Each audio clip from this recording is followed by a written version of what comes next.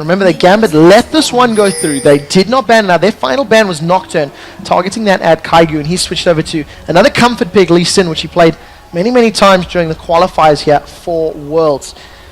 I believe Zed has a 100% win rate too. Yes, correct. I was going to highlight that. I thought, well, it's kind of a skewed stat when only one dude played him. But the rest of the games has been banned out. As it stands, very slow beginning for both of these teams. No deep wards at all. In actual fact, Mineski, they've watered fairly shallow in the river to warn of any sort of Gambit invades. Diamond Prox going to tank up that red buff. He secured that one for himself. Look at this bush they're hiding in here. This is sort of the Fnatic bush, I guess, for Gambit. They're trying to get the early advantage, but Genja gets out just as EXO arrives. Well, one of the things that we've also seen Darian doing was camping in that top bush with Aatrox. He was hiding, getting experience back, and maybe this is one of the outcomes of the Gambit bootcamp. A tactical decision of when to hide and leech XP and when not to. But we are going to see another straight up 2v2 and 1v1, third time today. And in the 2v2 on Mineski here, TG has opted for no pink wards, so there's no way that he's going to be able to assure themselves that they have side bush control. So it should be fairly easy for Genja and Voidal to dodge those skill shots. They won't be coming out of blind out of those bushes, and they won't also have to be worrying about Lee Sin Kanks coming through the side. Well, I'll see how well it works out for them. Genja is going to at least avoid that Mystic Shard. TG and EXO doing the best they can to apply some poke, thanks to Voidal and Genja having that slight level advantage until this very second. They're going to be able to sustain any of that poke that comes down. TG not as effective as we've seen on the poking that Yellow Star was. And since Voidal did go with Pink Ward, whereas TG bypassed them, that means that the gank potential is all for Gambit in this bottom lane. Well, we'll see how this potential gank works here for Kaigu. He roamed to the top, was unable to help Snoy out. There's no Wraith Camp to steal, so that Sonic Wave is going to go alright. Continues to try to find opportunities, jumps onto Yumei's back, but he's going to go farm up his own Wraith Camp as we see Diamond Prox now trying to wait in the wings. A lot of damage from Alex onto Yumei. Yeah, Diamond has just farmed up all of his small camps first. So now he's in the position to make a move, but because Alex is bullying so hard with those auto attacks, Yumei's not getting far enough up to gank. Yumei 15 CS to the 23 of Alex Hitches. Both of those junglers have moved away. You do see that now. Kaigu trying to once again find opportunities. He's on bottom. As we look top lane here, Snowy gets jumped on by Tarian. Does manage to avoid the knockup, but eats the Blades of Torment, and that's a level 3 Blades of Torment. So Darian definitely maxing that one first, or level 2 as it were. In the bot lane, just trading. Once again, blows. That's a flash forward into Exhaust. Here comes Kaigu. Genja is going to move forward. He's going to get that Caustic Spittle down. Sidestep to Sonic Wave. First blood secured by EXO. And do you see that? Icathian Surprise. Going to put some damage down. Not going to be enough to screen any kills. And this happened the first time Mineski and Gambit played as well. Well, pink wards don't matter. Lee Sin comes into the tri-bush. There were 0 wards there from Voidal in the tri-bush area. So while they had something in the side bush for the side Lee Sin ganks, he just came with the most common route of any jungler for ganking. Run right through the tri-bush. Genja and Voidal push up too far. Now Alex in a little bit of trouble as he was collapsed on by Yumei and Kaigu, but Yumei no energy and not enough HP to actually stick around. He was forced backwards. So Mineski with an early advantage. Now EXO is going to fall back, start to pick up some items. We'll see how he decides to prioritize an instant phage coming back into the lane. That should give him great ample opportunity to be mobile and get some damage down into Genja. I think there's going to be a lot of pressure on him. Look at Kaigu. Attack and distance shreds more than half his HP, and now Alex continues to focus down on those auto attacks. A lot of damage onto Kaigu's Lee Sin. He wasn't anticipating that at all. Yeah, the mid here definitely going heavily in Alex's favor. Crushing in CS, plus just now forcing Yumei back once again. That lead's only going to increase. Down bottom though, again, let's shout out that TG, that flash route there from him, setting up that gank. Beautiful start there for Mineski. Even with that though, because of the CS differences, they're still behind in gold. Well, there's a fairly decent wave here that EXO can start to farm up. Start securing those last hits and trying to use that phage movement speed to control the battlefield here. Remember, Genja only sitting on those double Dorans. decided to go for Doran's Blades this time, as opposed to the shield that we've seen from the previous game. Schnoy, level 6. This is Darian's level 6. They're trading some blows back and forth, but look at that blood price, really giving him HP back. That's, whenever you're below 50%, that's that triple heal right there. Aatrox actually stacks up very well against a Bruiser Nidalee as well, because Darian started with the Doran shield. The early harass from Nidalee is heavily AD, so that's all going to be reduced by that Doran shield, and his sustain by just auto-attacking minion waves and shoving the minion waves is going to keep him up there until he's shoved out by a gank from Kaigu. As it stands right now, Gambit with a CS advantage in all of their lanes. 60 to 40 in the top lane, 57 to 39 in the mid lane, 55 to 51 in the bottom lane. Mechanically, this is something that Gambit did the first time they played. They stayed even with Mineski until the 13-14 minute mark, then went for Dragon, and then took control of the match. The top lane discrepancy is not really even a mechanical thing either. That's just Snoy last picking Nidalee into Aatrox and going with the auto harass champion who's going to have a hard time controlling minion waves, whereas Aatrox just destroys minion waves when he maxes his E and he's constantly auto attacking to sustain himself up. So a great pickup here for Gambit. We'll have to see whether or not this Nidalee does work out. First blue buff has been donated to Alex, with Pink Ward controlling this bottom lane. TG and EXO are going to get some support from Kaigu's Lee Sin. 33 CS right now. He was involved in that first blood. Decides to back away for the time being. The wave is too push. Gambit playing too defensively and too safe for that to really work out right now. Not too much action here from Diamond either. He'll head down now, but this is a very mobile dual lane, and Zyra's flash has only about 30 seconds to come back. Snoy's in trouble. Barrier's going to survive for the time being. Dropped to 100 HP, and Darren decides not to use that Bloodwell passive, but winning the 1v1, clearly, that was basically a tower dive. Very clearly. And Aatrox, he thrives on being at that low health, the 50% to anything under that, because his abilities, they cost current health to cast, so they get cheaper to cast the lower you are, and then he can easily heal back up with that blood price, and he can rely on that passive for tower dives. Now that he's burned that barrier already from Snoy, Snoy's really going to have to watch himself. So Diamond Prox was able to solo the dragon there in around about 9 minutes. Some golf claps from around the audience here as they pick that one up on the screen. So gold advantage in favor of Gambit. You can see Diamond he's looking to set up his first gank. He hasn't really been in a position to jump on anybody, but he's farming well. 39-36 and a dragon. I think we can let him off the hook for not being involved in any of the kills. You do see now trying to set one up. Throws up the volatile, lands a cocoon, sinks his bangs into Kaigu with the red buff up. He's taking a lot of damage, but there's no support from Alex Edge, so decides to back away. He doesn't want to run the risk of being jumped on by Death. Flash Crescendo! Flash Crescendo from Voidal. We do see the Void who's coming down. EXO is going to be able to get away thanks to a very good Stranglethorns. True Shot Barrage farms up the entire minion wave. There's a low HP warning as Genja tanks up a couple more turret hits. Diamond Prox toying with the idea of getting involved, but TG's going to get away with his life. That's with a, would you call it Phage, an item advantage in favor of EXO and TG? Gambit doing well in the 2v2. Well, Gambit right there, they used the Flash Crescendo to get the harass down first. They traded Flash and Ultimates on both supports, but because they got the damage down, forced Mineski out of lane, and Diamond had done the same thing in the jungle, initiating on to Kaigu, so they have complete control here, getting a lot of damage onto this bottom turret. Down to less than a third HP. Genja's going to continue farming up. Only a 4 CS advantage right now, but definitely an advantageous position to be in. If Diamond sticks around, Genja, him, and Voidal may be able to take a tower up. There's no one from Mineski able to get in position to defend it. Instead, they're just going to allow the tower to deny CS. Darian was at 50% HP to the 100 of Snoy when we last seen them, and he's been able to chunk Snoy down thanks to some great itemization. He's got a pickaxe, a longsword, and a Vamp Scepter to add to his immense lifesteal already. Yeah, he'll usually be at 50% HP because he loves to walk that line between life and death. Well, luckily, thanks to having that Bloodwell, the line's a little easier to walk. He's got 2 chances there. He's got a few chances to trip and fall. As it stands, 112 CS to 77. Snoy's Nidalee, which was the last pick for Mineski as well before Darian locked in that Aatrox. not really paying dividends in the laning phase. He's got that phase completed, working towards Trinity Force. Kaigu is now in the area.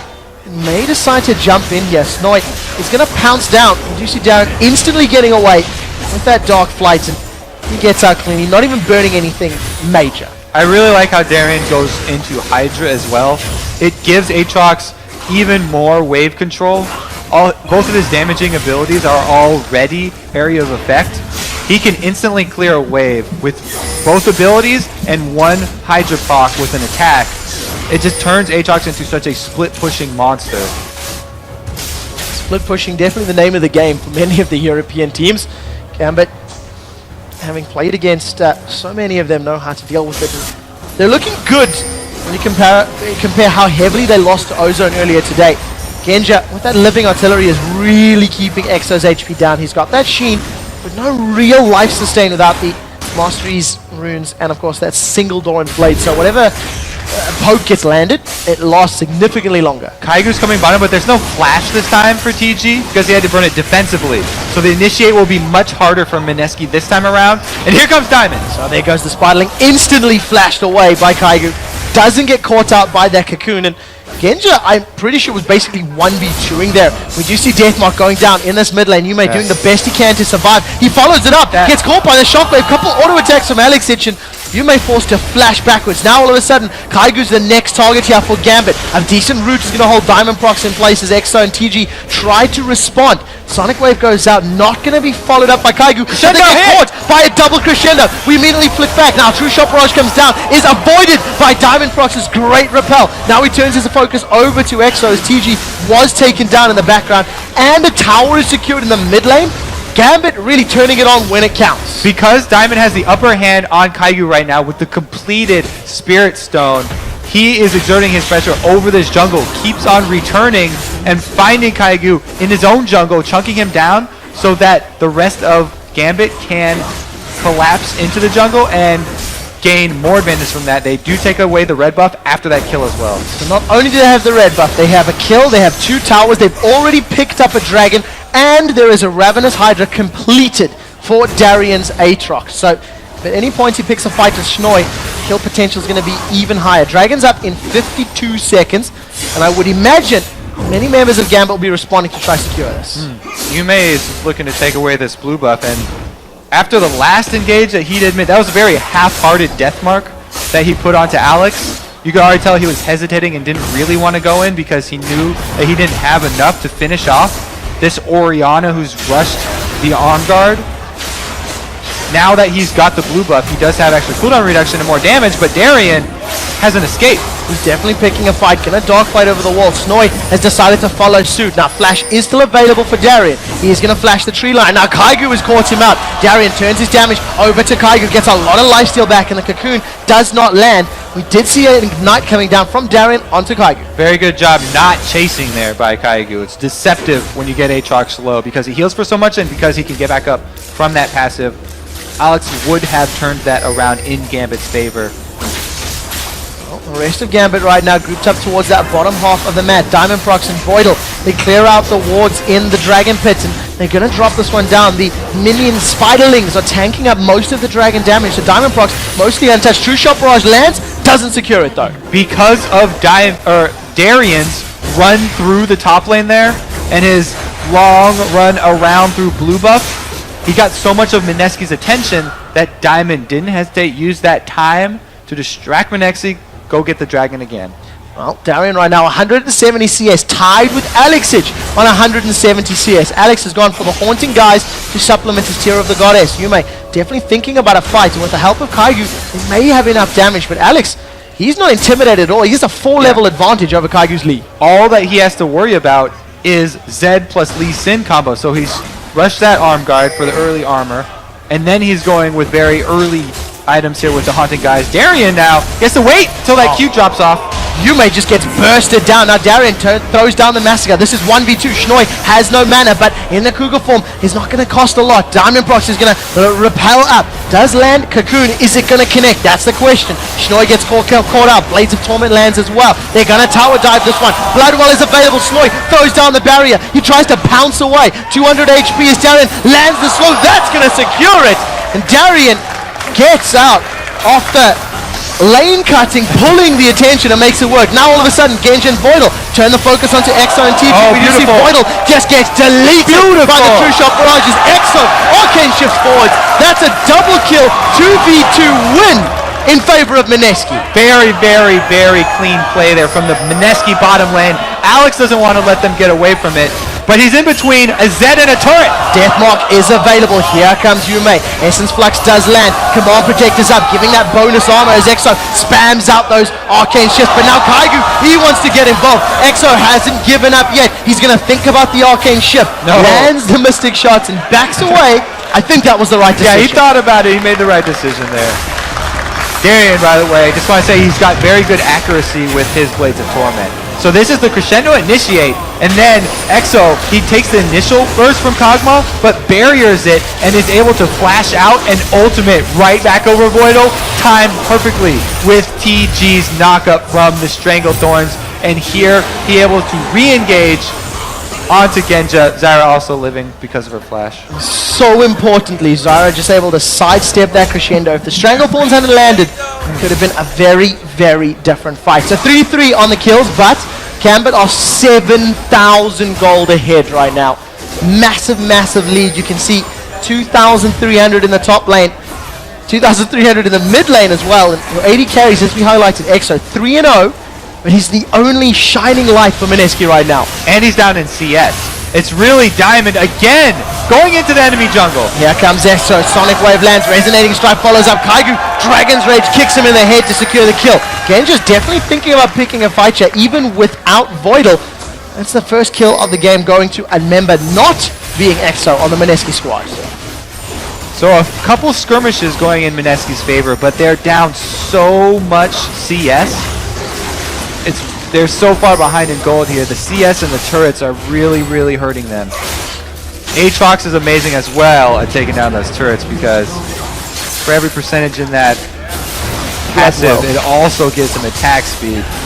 Decides not to use the Massacre for that one. Darien and Alex going to be able to close out their tower. In the bottom lane, Diamond Prox and Genja, they're keeping control of the bottom half of the map. Red buff has spawned, but Diamond Prox is going to take that one away. And now Genja, 176 CS with his Trinity Force completed. He's trying to get in range of the tower. You can see Schnoi hopping over that wall, but he doesn't have his Triforce just yet. Big golem secured there for Exos. Now Genji and Diamond, once again, they're just hanging around this jungle. They're trying to find a way into an engagement. And Mineski haven't really been out of position just yet. Mineski really have to concentrate their efforts in one area right now. Darien, like we said, was going to become a split-pushing beast with that Hydra. He's actually gone into against his Rage Blade, just so when he does get low, he's going to get that extra sustain. So it's very, very... Oh, well, Yume's on the run here. Going to be in a little bit of trouble. Here comes Darien. He's going to get the Blades of Torment. There's splash damage available. Doesn't manage to get the knockup though. Yume is in a little bit of trouble as he throws the Deathmark down into Voidal. But that's even not a lot of damage. Yume just gets bursted down. No shockwave used. Massacre was the only ultimate that was thrown down from Gambit. You see Crescendo's not available as well. That was used to initiate the fight. The rest of Gambit now stacking up here on this top inner turret. The slow catches Schnoi and Kaigu. Oh! They instantly delete him. Knockup lands on the Kaigu. Now he's the next target. That's a double kill for Voidal. Channeling is in Edward and picking up 2 kills on Sona. Great play here from Gambit. Yeah, and again, about that Rage Blade, that's Darien going with the very fun build with Aatrox. Because when you get below 50% speed, I was going to say it's more misleading. He gets even more attack speed and more spell vamp and more lifesteal. We do see Diamond Prox was caught out. He's repelled the True Shot Barrage for the second time this game. The rest of Gambit are trying to shut down the tower. TG gets caught by a shockwave, and we see Diamond Prox sinking his fangs in for the kill. Diamond once more. Blades of Torment goes up. Lands it at the tip. The Arcane Shift not even enough to get away. Yume and Kaigu now the next 2 to try and defend. That accuracy with Blades of Torment I was talking about, it goes so small at the end of the skill shot there to be able to consistently land those. Darian is just spot on. Now, really, really great play here from Gambit. They've secured the first inhibitor turret of the game in the top lane. They picked up the inhibitor in the mid lane. There is an exposed inhibitor in the top lane. They haven't given up. That's a double knock-up as now Kaigu forced to kick him away. Boydell picks up his 4th kill of the game. That's 4, 2 and 2. And now Gambit looking to close this one out. 22 minutes on the clock. Darian still has his blood well if he needs to tank it up. Schnoy on the sideline throwing out those javelins, and it's not going to be enough. Gambit decides to err on the side of caution. They have backed away. Stranglethorns is not available for use here if Mineski tried to re-engage. And Gambit, they're still just relying on Sona sustain. Boydell gets shut down. Exo with the Essence Flux. Now this is a messy fight as Snoy has flashed forward. He's jumped onto Genja. He's been dropped 1v3. And in the background, Darian's flashed away.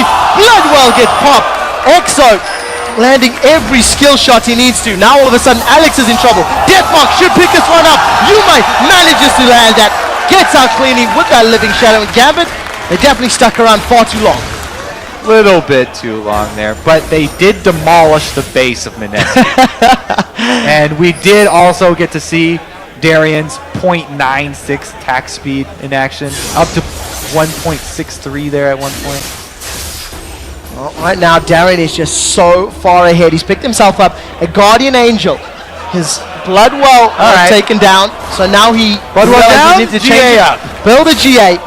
The rest of the items along the board, there is such a disparity. Zonya's Hourglass plus Archangel stuff completed for Alex. BF Sword as well as the Cloak of Agility and a completed Trinity Force for Genja.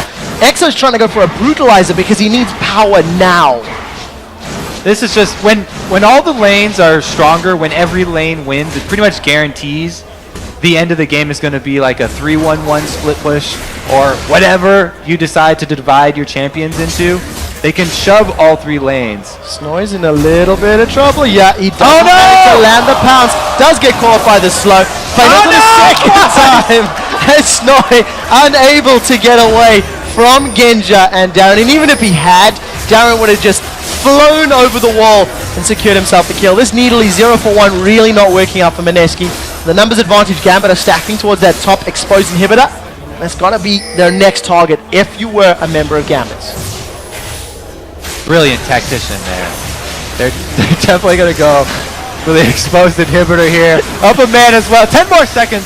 So Nidalee gets back in. Exo is just taking so much damage. Stranglethorns comes down once again, catching only TG. We do see slowed in place as a slam dunk from Darian. Manages to land the damage. Alex continues to solo out the kill onto Exo. He's forced back actually. Does manage to survive. Gambit has picked up 2 kills this fight and with super minions on the Nexus turrets. This should be a good game. They've got so many minions to deal with. A decent javelin toss goes through and Genja is forced backwards. But Darian, with great attack speed and attack damage, should be able to kill these Nexus turrets fairly easily. This second last turret of the game is going to fall now. Crescendo did go out. They managed to land it on Snoy and pick up a kill. And Gambit, with a textbook closing out the game here, going to finish off this Nexus. Shockwave was used by Axe in the previous fight, and a very, very convincing win here for Gambit. Put Mineski at 0-5, and Gambit holding on to the potential of making out of the groups. Able to win all the lanes. Diamond also